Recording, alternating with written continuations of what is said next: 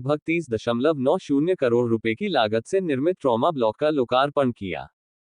Trauma block के इस बहुमंजिला भवन में फिजियोथेरेपी वार्ड, स्पेशल वार्ड, आपातकालीन चिकित्सा इकाई, गहन देखभाल इकाई, आईसीयू बेड, आइसोलेशन वार्ड सहित सीटी स्कैन, एक्स-रे, सैंपल एकत्रीकरण केंद्र तथा पैथोलॉजी प्रयोगशाला की सुविधा उपलब्ध करवाई गई है।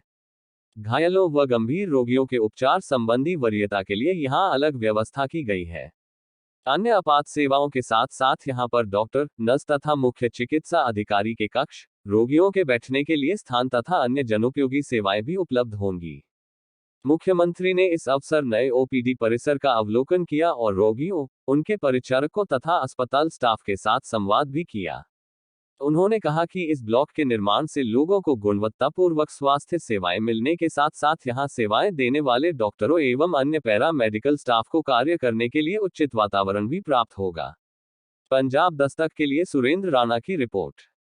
ब्लॉक में जो सुविधा होनी चाहिए वो सब प्रकार से जनता को मिलेगी। नई सुविधा है, लेटेस्ट मेडिकल टेक्नोलॉजी की सुविधा मिलेगी। इस दृष्टिकोण से हमने इसका आज उद्घाटन किया।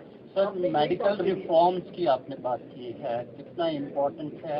जैसा आपने प्रेशर्स की बात की है, जो मेडिकल स्टाफ है, चाहे डॉक्टर्स है, उनके वर्किंग आवर्स प्रॉपर हैं, किस तरह के रिफॉर्म्स लाए जाएंगे? देखिए, कुछ चीज़ें मैं अभी आपको बता नहीं सकता, वो हमारा जब बजट आएगा उसमें आएगी, लेकिन मेडिकल रिफॉर्म्स की बहुत अधिक जरूरत है। हम उस व्यवस्था में नहीं चल सकते जो 40 साल से व्यवस्था चलती आ रही है। इस व्यवस्था में हमने परिवर्तन के लिए, जैसे डिपार्टमेंट ऑफ इमरजेंसी मेडिसिन का आपको बताया है, इसी प्रकार और विभागों में भी हम परिवर्तन करने की कोशिश कर रहे हैं। बजट कहाँ से लाना उस दृष्टिकोण से भी कर रहे हैं। पहले हम बजट का प्रावधान करेंगे, उसके बाद लगाएंगे। पर कैजुअलिटी में तो हमने ये मन बनाया है कि अब पूरी तरह से इसमें जितना ज़्यादा स्टाफ हम देंगे उसको रखने के लिए, अभी हमने स्टाफ स्ट्रेंथ आपको बता दिया, उसके लिए बजट का प्रावधान भी कर दिया गया। और कैसे डिपार्टमेंट मजबूत हो उस दृष्टिकोण से भी हम आगे कार्य कर रहे हैं। जो वैकेंट पोस्ट है उनको जल्द भरा जाएगा। कितनी लागत होगी इस ट्रॉमा सेंटर पर? 104 करोड़ रुपया, टोटल बिल्डिंग पर 104 करोड़, ओपीडी में 104 है और ट्रॉमा में 32 करोड़।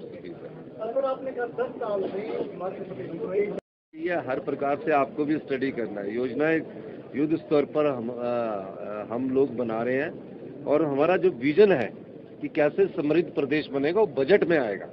आप बजट को भी देखेंगे, उसमें उस बजट की हमारी निरंतर मीटिंग हो रही है, कैसे हमने आगे बढ़ना है। हम कभी कर्जे के सहारे प्रदेश को जीवन भर नहीं चला सकते। 75,000 करोड़ और प्लस 11,000 करोड़, 86,000 करोड़, 5,000 करोड़, 91,000 करोड़ प्रति व्यक्ति अगर हम कर्ज पर चलते रहेंगे तो हम कितना पैसा तो हम कर्ज के रूप, ब्याज के रूप में दे रहे हैं। तो उन चीज़ों को हमको समझना पड़ेगा और उसकी गहराई तक जाकर उसको ठीक करना पड़ेगा।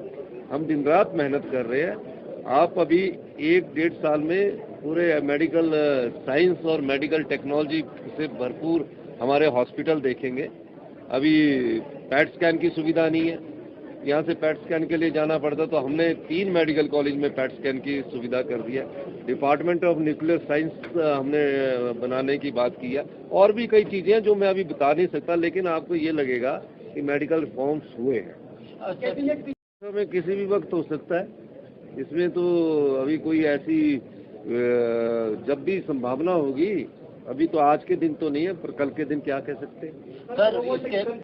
जो है उसमें बजट का प्रावधान कर दिया गया। अब खरीदने की प्रक्रिया होती है, डॉक्टर्स को ट्रेनिंग देने की प्रक्रिया होती है, सब दृष्टिकोण से ना एक कंपोजिट प्लान बनता है कोई चीज़ शुरू करने से पहले। उसमें समय लगता है और उस समय के अनुसार हम इसको करते हैं। सर, कर रही है सरकार। देखिए, नारकोटिक्स में हमारी 2 मीटिंगें हो चुकी है और आप देख रहे होंगे कि शिमला में आए दिन छापे पड़ रहे हैं और शिमला में आए दिन छापे करके चिट्टा के लोगों को पकड़ा जा रहा है अब, और पूरे हिमाचल प्रदेश में चला हुआ है।